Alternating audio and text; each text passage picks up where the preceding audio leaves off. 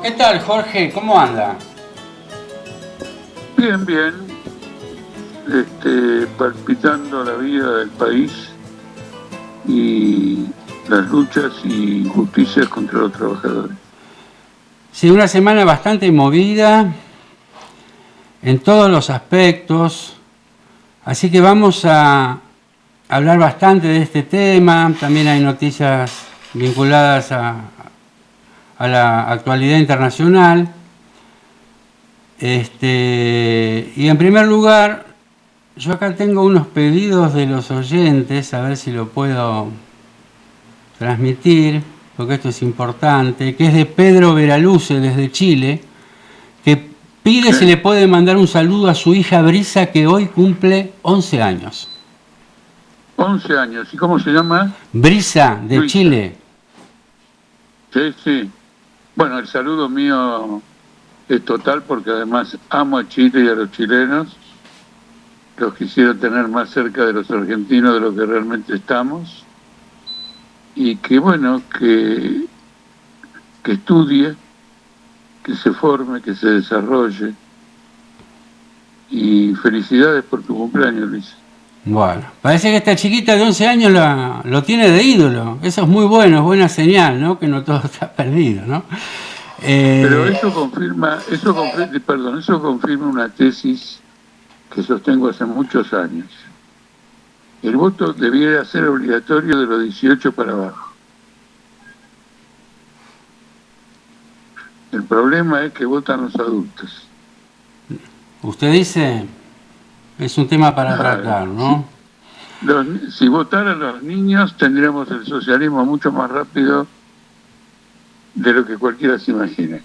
Bueno, no es la primera Yo vez ya lo que comprobé, escucho esto de usted, lo- pero ya lo vamos a ampliar el tema.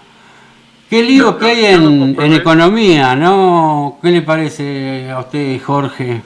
Hasta Milei se enojó Bueno, mire, con Cavallo, la despidió a la hija, que conviene, ¿qué conviene en este momento? La apreciación del peso, otra no, devaluación, ocurre ¿cómo lo explicaría usted siguiente. todo esto?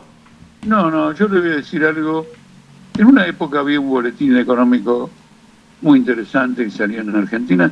En realidad salía desde la década del 40, pero en el año 80, muy interesante, era de color verde, pero en el año 81, finales de los 80, me acuerdo de una frase de ese boletín que era muy importante. Si Martínez de Oz no devalúa, quiebra una parte del país. Y si devalúa, quiebra la otra. Ellos tienen ese impasse en este momento, porque efectivamente estamos viendo una cantidad de quiebras industriales, estamos viendo suspensiones, cierres, etcétera, que ahora de paso, me adelanto, se agravan con los aranceles que le ha puesto al acero y al aluminio, bueno, que le va a poner a partir de 12 de marzo, pero que ya se manifiesta en un golpe muy duro a Sindar y a Sideral, pero en Asindar es muy fuerte, ¿no es cierto? Entonces hay una parte de la industria que está en una crisis industrial muy clara y recesión, no hay inversiones, no hay nada. Ese sector reclama una devaluación. Reclama una devaluación porque Argentina está extremadamente cara y eso significa que su industria no puede exportar y probablemente ni siquiera pueda exportar el agro si continúa con la política de Milei. Ahora, de otro lado, si se produce una devaluación, todos los activos que se fueron acumulando ahora se vienen abajo. No solo está el problema de la inflación. Y Milei va a salir en el quinto lugar en las elecciones de octubre de este año, si es que llega a las elecciones, si es que llega. Porque ahí en el año 81 era un gobierno militar y el que era jefe de gobierno de la Junta Militar en ese momento no llegó, fue reemplazado más adelante por Galtieri. Entonces sí llega. Entonces el problema consiste en esto, ha llevado la situación a un filo.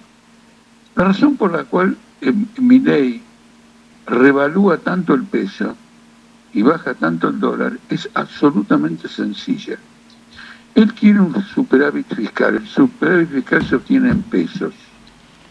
Si esos pesos valen mucho con relación al dólar, él puede comprar muchos dólares con ese superávit y pagar los intereses y algunos vencimientos de la deuda externa.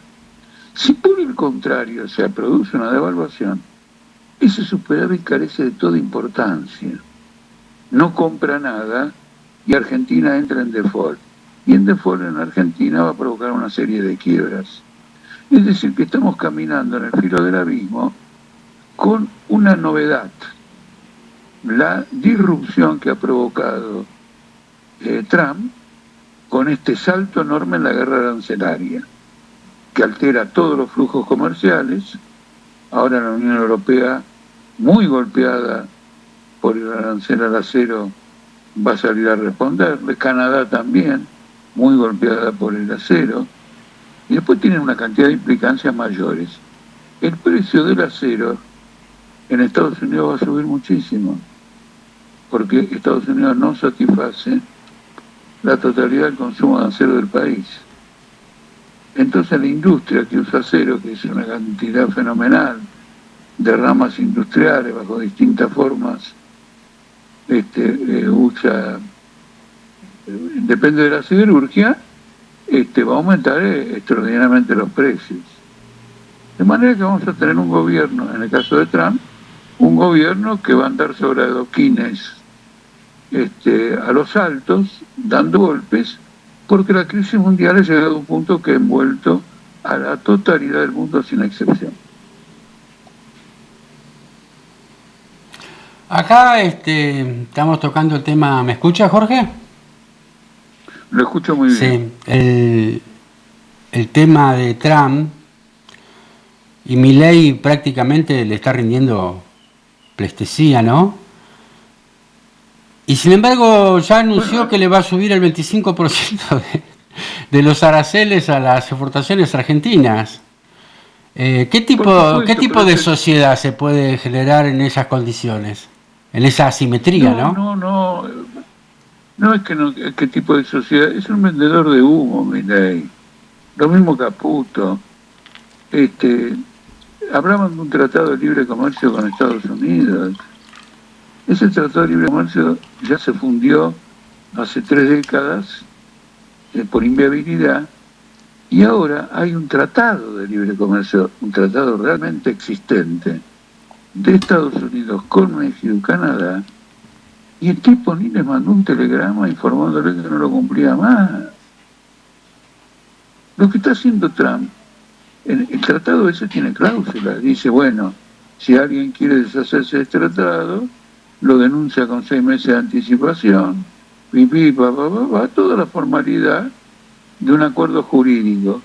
Al tipo le importó un bledo, porque lo que está pasando en realidad es que Trump está consumando ahora el golpe de Estado que le salió mal cuando quiso impedir la elección de Biden.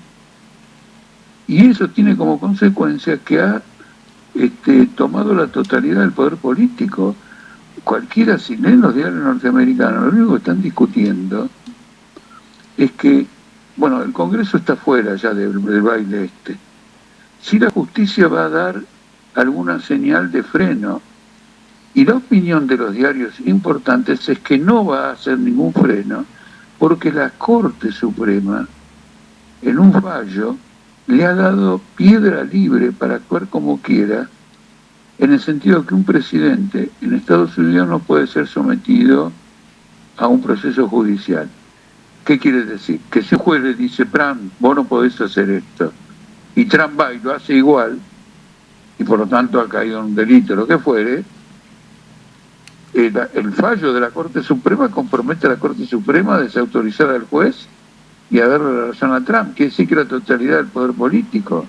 Nosotros estamos en una conmoción extraordinaria, porque la declinación formidable del imperialismo norteamericano, de la potencia que es hegemónica mundialmente, tiene consecuencias devastadoras.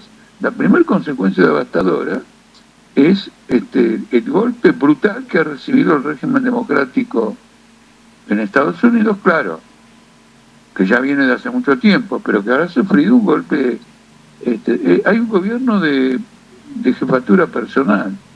Todavía Trump no mandó un solo proyecto de ley al Congreso y ya tiene firmadas 250 órdenes ejecutivas que serían los decretos de necesidad de urgencia que tenemos nosotros acá. Entonces vende humo. Entonces Trump se fue de la Organización Mundial de la Salud y también se fue de la Organización Mundial de la Salud, creyendo que con eso iba a conquistar no sé qué, un tratado de libre comercio. No lo va a conquistar. Claro, a eso iba yo, ¿no? Tanto servilismo y al final, llegado el momento, es... No va a conquistar absolutamente nada. Argentina es la última oreja del tarro del imperialismo. Y eso no lo cambia Milei. Con Milei es más la última oreja que nunca. Entonces lo que pasa es que, claro, la población va a recibir estas novedades que estoy comentando ahora en una forma poco civilizada, porque va a ser explosiva. Y se está sintiendo en las esferas del poder. Porque solamente un poder muy frágil puede despedir como embajadora de la OEA a la hija de un tipo que le pide que desdoble el mercado de cambio. Casi le está haciendo un favor Cavallo. Dice, mira, yo me doy cuenta que no te conviene devaluar. Entonces una cosa, el dólar comercial no lo devalúes. Pero para salir de este impasse que describe Altamira cuando habla con Letras del Paraná, desdoblar el mercado y crear un mercado financiero que sí esté devaluado. Entonces vos comprás los dólares en el mercado comercial para pagar la deuda y van a entrar dólares por el mercado financiero porque va a estar devaluado. Es decir, el que viene con dólares le van a dar más pesos. Bueno, eso plantea una cantidad de problemas que no voy a entrar ahora. Puede ser la solución, puede ser peor que lo que está ocurriendo en el momento actual. Pero el tipo le está tratando de dar una mano y el tipo le despide a la hija. Quiere decir que es un poder político que se deshace como la nieve en verano, camina sobre escombros, pisa sobre cosas ardientes. En qué momento se viene abajo, no se viene abajo, estalla, etcétera, lo decidirán los distintos accidentes políticos e históricos que se van a producir. En esto hay un paralelismo con algo que se filtró, que parece que un poco enfadado, Milei le dijo a Caputo: me prometiste no sé cuántos miles millones de dólares y hasta ahora no llegó un solo centavo. Bueno, ahí está. No solo que él se lo prometió, se llevó el oro afuera para darle una garantía. Yo quiero insistirles a ustedes en lo siguiente. Caputo quiere pagar ese juicio en Nueva York por 16.000 millones de dólares. Porque si no, no hubiera llevado el oro afuera y no hubiera obtenido un repo, ese préstamo por 1.000 millones de dólares, 2 años, que hizo con 2 o 3 bancos. Quiero decirle, esos bancos no lo hubieran prestado a un gobierno que fuera a incumplir una orden de la justicia norteamericana. Eso ya está arreglado. Y Caputo quiere pagar esos 16.000 millones de dólares, que no, Argentina no los tiene ni cuando dormimos, con una nueva emisión de bonos. El Caputo es el dueño de una financiera que opera offshore, que opera en los paraísos fiscales. Fue denunciado por Alconada Amón por los papeles de Panamá, Panama Papers. Argentina está en manos de un puñado de grupos económicos, a un tipo que en nombre de la libertad está destruyendo derechos, conquistas y lo que fuere. Y como todo el resto del arco político es cómplice, porque hay una cosa que es muy interesante, la conducta del Congreso norteamericano con Trump es una repetición de la conducta del Congreso argentino con Milei. Ahora, ante este panorama, Jorge, porque esto es lo que a veces me pregunta la gente, o que me sugiere que yo le pregunte a usted, ¿no? ¿Cómo puede ser que todas las encuestadoras están dando un apoyo de un 55% a Milei? Ocurre lo siguiente, yo no sé cómo se hacen las encuestas, es una técnica que relativamente desconozco, etcétera, pero para orientarnos tengamos presente lo siguiente. El peronismo nunca ganó en la capital federal salvo una vez. Nunca ganó. ¿Cuál fue la vez que ganó? La vez que ganó fue cuando presentó a González, ¿cómo era el primer nombre? Edgar, no. González. No me acuerdo, pero algo así era así. Sí, bueno. González sacó el 32% de votos y salieron primeros. ¿Por qué? Porque había establecido la convertibilidad y había pánico en que se volviera una devaluación. La gente tiene miedo a una devaluación y tiene razón para tener miedo, porque la devaluación va a beneficiar a nuevos grupos capitalistas y perjudicar enormemente a los trabajadores.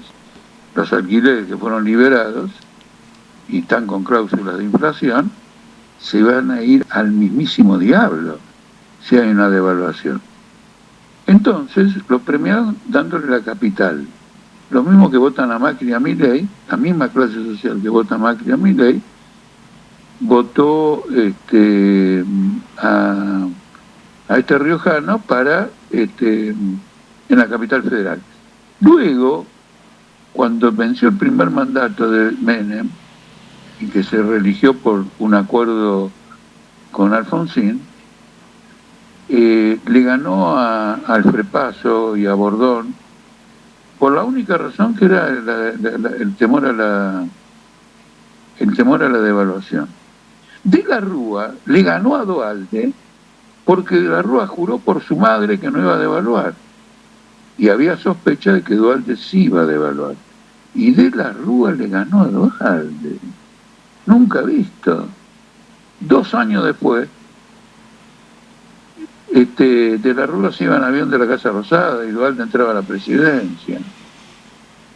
Entonces Argentina vivirá de nuevo un proceso de este tipo y tendremos de nuevo a la gente de la calle defendiendo, luchando contra las confiscaciones que sean atacadas, y el problema siempre va a ser, como fue en el pasado, la calidad de la dirección política de la clase obrera.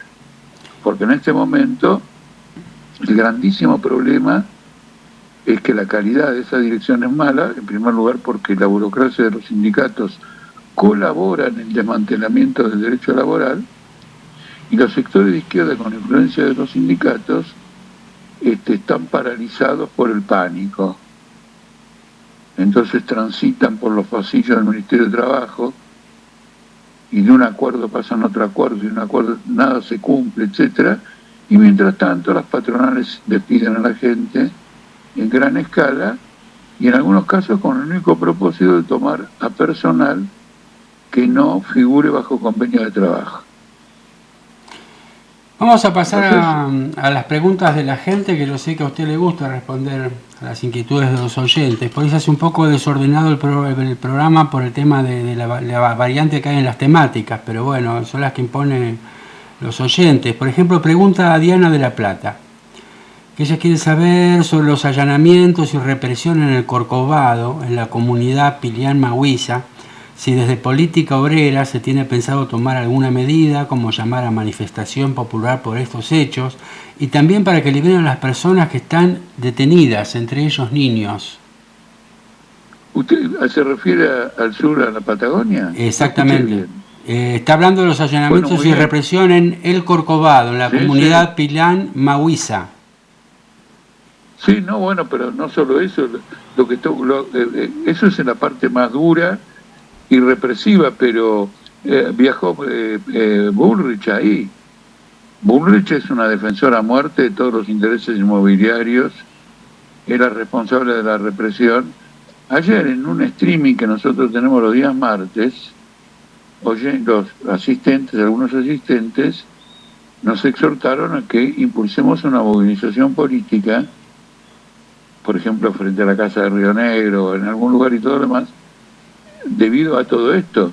Lo hemos tomado positivamente, estamos discutiendo cómo lo podemos implementar, cómo podemos implementar una movilización, porque Bullrich y Milei tienen que pagar políticamente el costo de esto que está ocurriendo, y además tenemos que luchar muy profundamente contra la represión, porque este es un gobierno esencialmente represivo.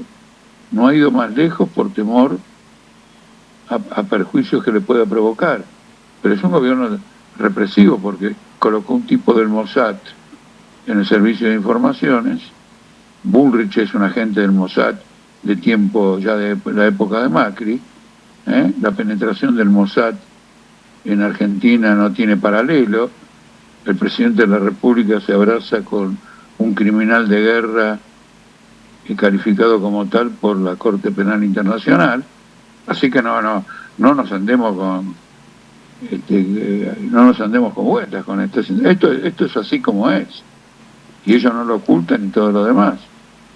Entonces, claro, en realidad de lo que está hablando esta oyente es una represión que se está dando en Chubut, en unas comunidades que son mapuches y tehuelches, donde hay allanamientos, detenciones.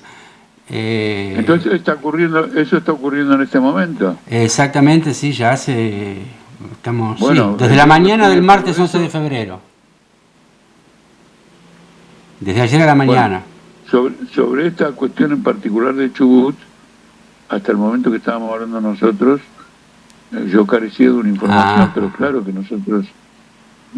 Sí, claro, no tengo esa información. Perfecto. Yo creí que estábamos hablando de todos los temas del Bolsón, destrucción de viviendas, incendio de enorme magnitud, y ahí hay responsables políticos, y además se están reprimiendo, porque hay protestas, hay movimientos de autoconvocados en el Bolsón.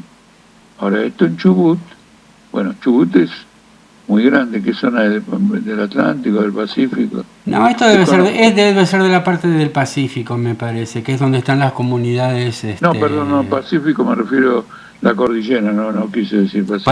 Por eso digo, esto debe ser del lado del Pacífico, de la zona oeste, me refiero, porque es donde están la mayoría de las comunidades tehuelches y mapuches. Claro. Igual, más allá que usted no tuviera información sobre este caso específico, este tipo de eventos se repiten cíclicamente prácticamente. Esto de quitarle las tierras y los derechos a los mapuches en defensa de los intereses de los grandes terratenientes, que inclusive muchas veces son extranjeros, ¿no? Ocurre lo siguiente: la Patagonia es la última frontera económica, social de Argentina.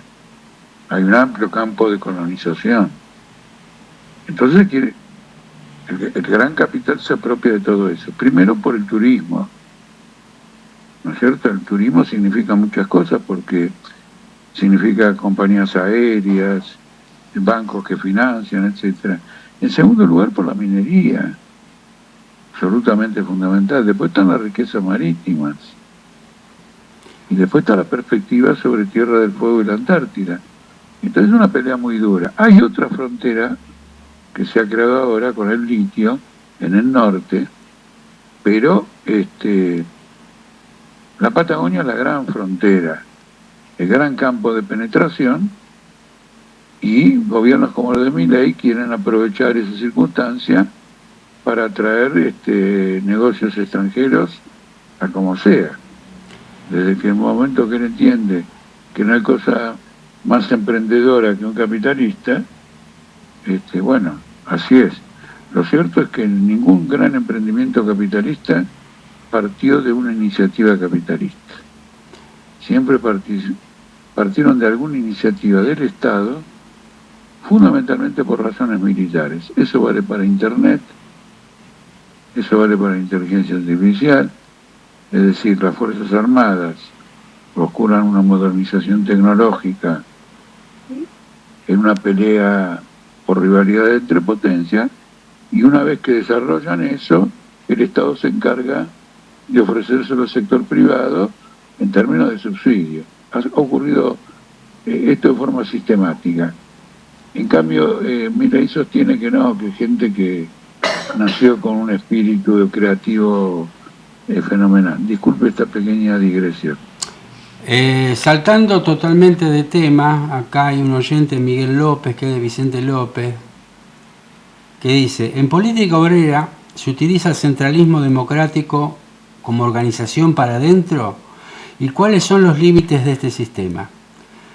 Recuerdo que en los años 90 yo militaba en el Partido Obrero, narra, y en nuestra célula había algunas diferencias con la bajada por la dirección.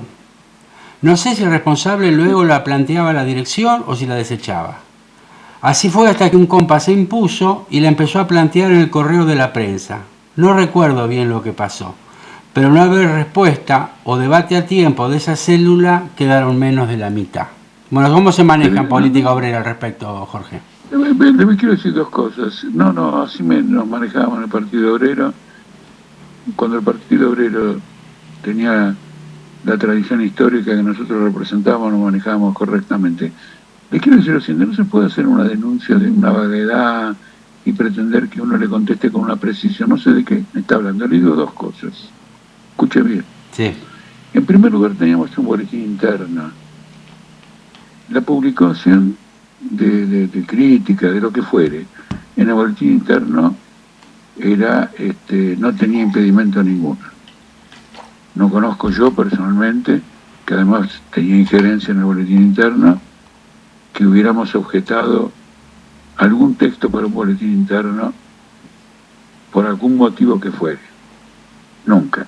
Pero la novedad que nosotros introdujimos fue que habilitamos, con el llamado correo de lectores, que las críticas, no internas solamente, sino también externas, se pudieran hacer en nuestra prensa. Entonces, si alguien que escribió una crítica, se publicó. Yo, por ejemplo, ahora me acuerdo, porque me llamó mucho la atención, no me acuerdo el nombre de la persona, pero era una mujer que estaba en contra del derecho al aborto. Y escribió en contra del derecho al aborto. Fue publicado en Prensa Obrera. Ahora le hago un agregado y le voy a hacer una confidencia que le va a resultar curiosa. En el Partido Obrero, con nosotros, estaba prohibido responder a un lector cuya carta hubiéramos publicado en el mismo número que salía la carta de él. Es decir, estaba prohibido tener la última palabra. La respuesta se hacía en el número siguiente, para que nadie se sintiera objeto de que, bueno, yo digo todo esto y después me dicen de todo. Es decir, le quería decir, la curiosidad que le quería comentar es que esto, ¿sabe de dónde lo saqué? De la revista The Economist. Ah, mira usted. The Economist no permite contestar a los lectores en el mismo número. Acá tengo una pregunta, que esta pregunta sí le va a gustar, y a mí también me gusta esta pregunta, que viene de una pregunta le voy a dar, que esta pregunta sí me gusta y creo que le va a gustar a usted responderla, que es de un oyente de Misiones, Roberto Fleisman, algo así. Le pregunta: Jorge, ¿cuántos años lleva usted de militancia? ¿Y cómo podría definir su sentimiento hoy con respecto a esas ilusiones que tenían sus comienzos por construir un mundo socialista? Bueno, en primer lugar, lo voy a hacer muy breve porque esto es muy personal. Sí, pero es una linda pregunta. Quiero decir, estamos en una entrevista política, sí, muy personal. En primer lugar, yo milito la edad que tengo. Tengo tantos años de militancia como de edad. Primer punto. Segundo punto, la pasión de la militancia no tiene que ver con ilusiones. La militancia es una pasión. Acá nadie lucha para recibir como retribución el socialismo. No. La propia lucha, el hecho de que frente a una injusticia uno se enfrenta, eso es apasionante. Primer punto. Segundo punto, la crítica a las mentiras capitalistas, a sus intelectuales, en algunos casos intelectuales importantes, que hacen un desarrollo más serio que otros, y uno tiene que refutarlo. Eso es una pasión fenomenal. Todo es apasionante. Porque entonces, de lo contrario, si no fuera así, el socialismo dejaría de ser apasionante. Es decir, yo hago toda mi vida, llega el socialismo, y cuando llega el socialismo digo, che, traigan un sillón que ahora me voy a quedar sentado mirando la tele. No entiendo eso. Es decir, evidentemente es la pregunta de alguien que no sabe de qué se trata la materia de militar. El problema es la pasión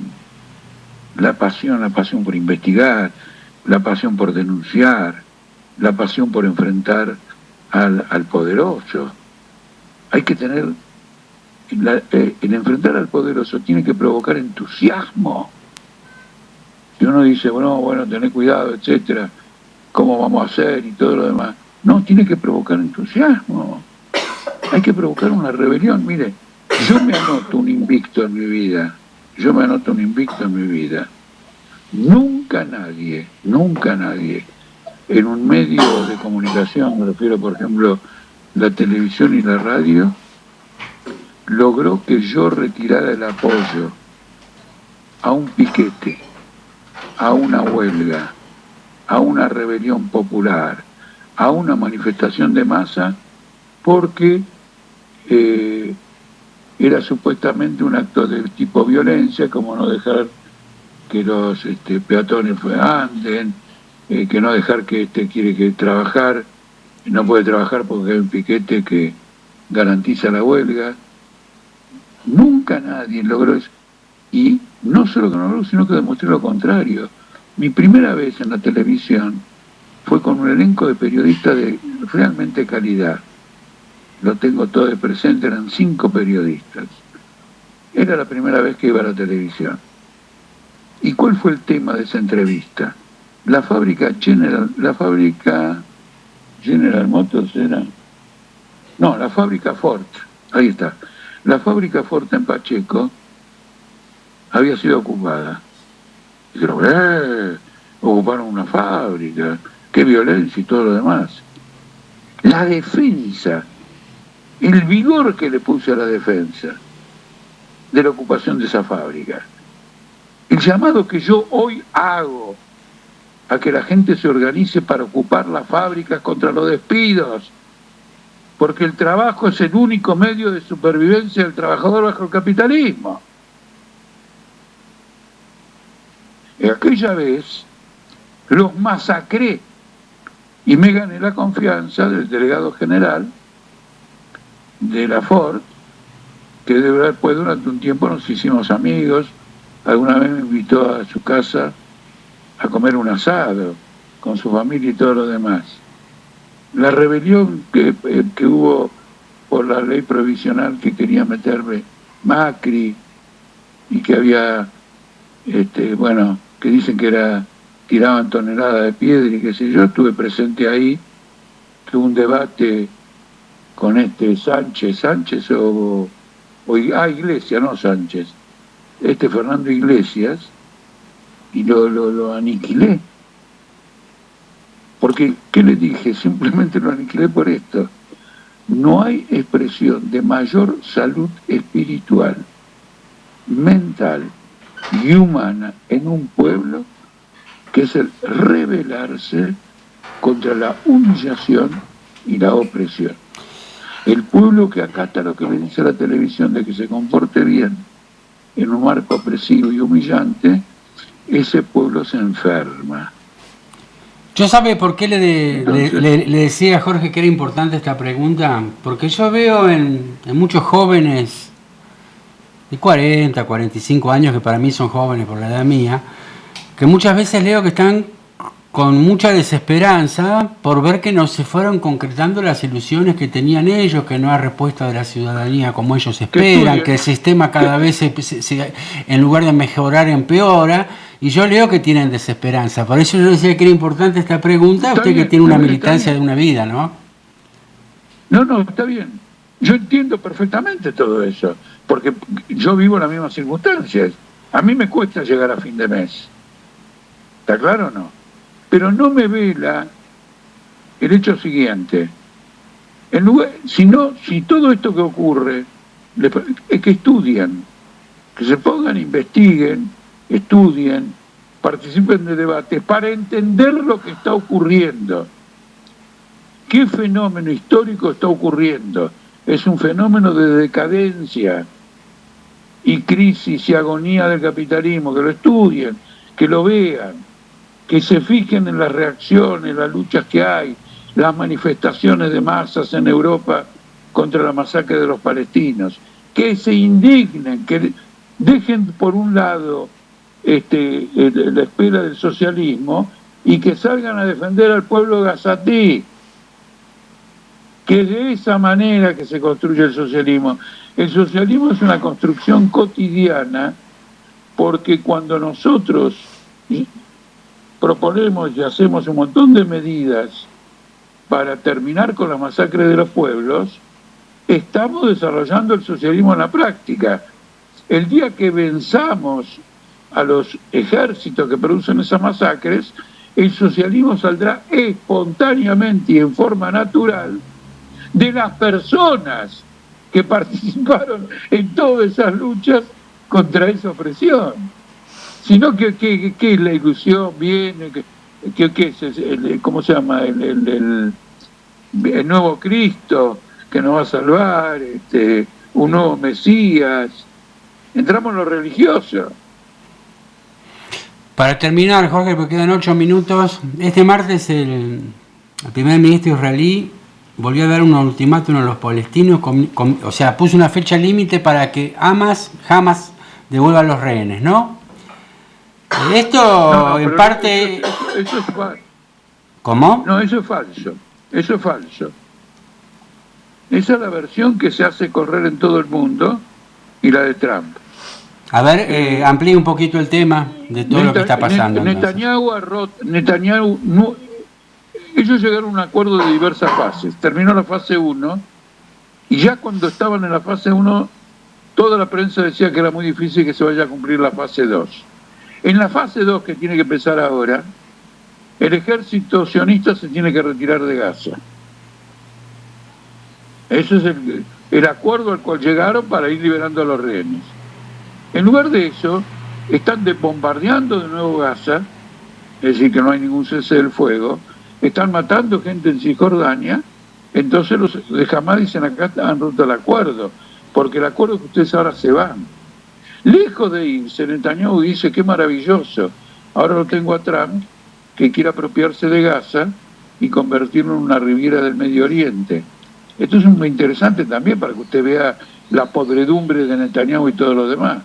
Se la pasaron diciendo que Gaza y la Cisjordania pertenecen al Israel bíblico, pero se la van a dar a Trump, se la van a dar a una compañía desarrolladora inmobiliaria, Gaza. No va a ser de Israel. Está envalentonado el gobierno israelí ante la asunción de Trump y aparentemente lo que va a ser su política al respecto, ¿no? Gaza va a ser de Trump en el acuerdo, pero tenía que ver la cara de felicidad que tenía Netanyahu mientras Trump contaba todo esto.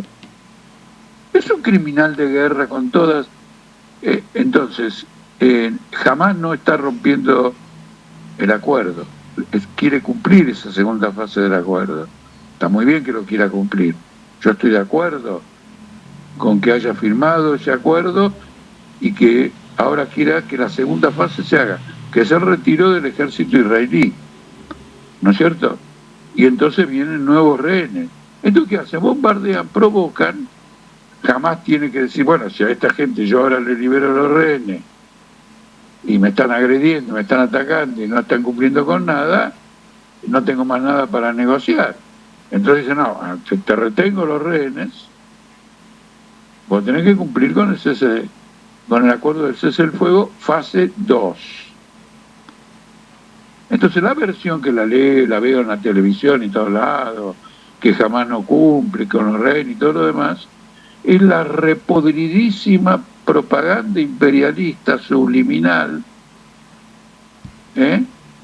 para que los pueblos se engañan, porque no dicen groseramente, bueno, jamás no quiere, sino que no quiere cumplir la fase de un acuerdo de paz.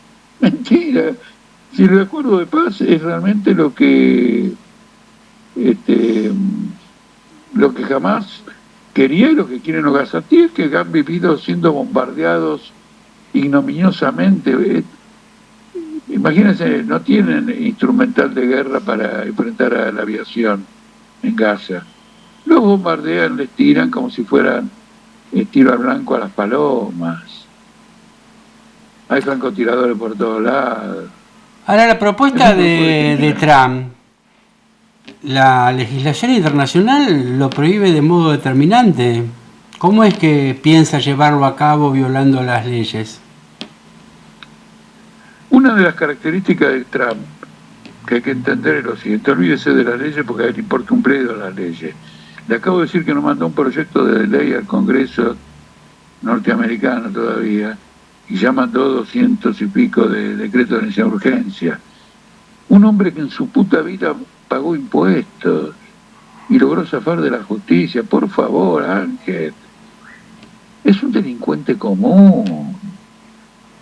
Tiene una cantidad de cargos que se los han levantado o postergado porque fue electo. Si no era electo iba en cana. Usted tiene un presidiario. Acá los imbéciles trampistas hablan de ficha limpia. Con ficha limpia Trump no llega ni a la presidencia de la sociedad de fomento, de una sociedad de fomento en Brooklyn. Esta es la única verdad. Son unos estafadores mediáticos. Hay que enfrentarlos directamente, no deben darse con vueltas. O sea que usted supone que a pesar que la ley no lo permite, lo puede llevar a cabo este desplazamiento. No, él tiene una agenda. Él tiene una agenda. Él tiene una agenda. Entonces la empieza a aplicar. Sí, como ocurrió con la presidenta de México, acepta discutir en las condiciones que le impone Trump, el tipo sigue adelante. ¿Está claro o no? Sí, como en el caso de China, le dijo, mira, ni vengas a discutir conmigo, porque si me metes un arancel, yo ya te meto otro ahora, y se lo metió. Entonces va a ver qué hace. Si alguien se le resiste con la fuerza, la acción, la masa y todo lo demás, va a pensar. Si el pueblo norteamericano sale a las calles y le dice, bien, defendemos la democracia norteamericana, los que nacieron en Estados Unidos son estadounidenses, y no los que Trump elija que son estadounidenses o no, habiendo nacido en Estados Unidos, también. Es decir, es un hombre que tiene una agenda, la va a llevar adelante y va a chocar políticamente por imponer esa agenda, y va a recular o a desviar según la fuerza de resistencia que reciba con eso. Eso se manifestó en Estados Unidos en la primera presidencia, con las famosas manifestaciones esas que decían que la vida de los negros importa. Y hubo distintas manifestaciones de resistencia. De lo contrario hubiera triunfado el golpe de Estado que él armó en enero del 2021. Estas políticas tan duras que quiere implementar contra los inmigrantes, ¿no? ¿Es por una cuestión ideológica o porque realmente hay una crisis en el sistema que no tolera esta cantidad de gente que va a emigrar a Estados Unidos? ¿Cómo lo ve usted? No, es ideológica en el sentido de que se desarrolla demagógicamente. Porque la pregunta es esta: ¿puede Estados Unidos acoger inmigrantes? Claro que puede. Tiene espacio para acoger los inmigrantes. Primer punto. Segundo, ¿por qué inmigran? Porque los norteamericanos han colonizado los países donde ellos están. No hay laburo, no hay nada. Han extraído su riqueza, los han hambriado. Entonces hambrió, como ocurre con Europa, que también hambrió a los africanos, por ejemplo. Asia, y ahora vienen los colonizados y dicen, bueno, no tenemos una solución en el país, vamos para allá.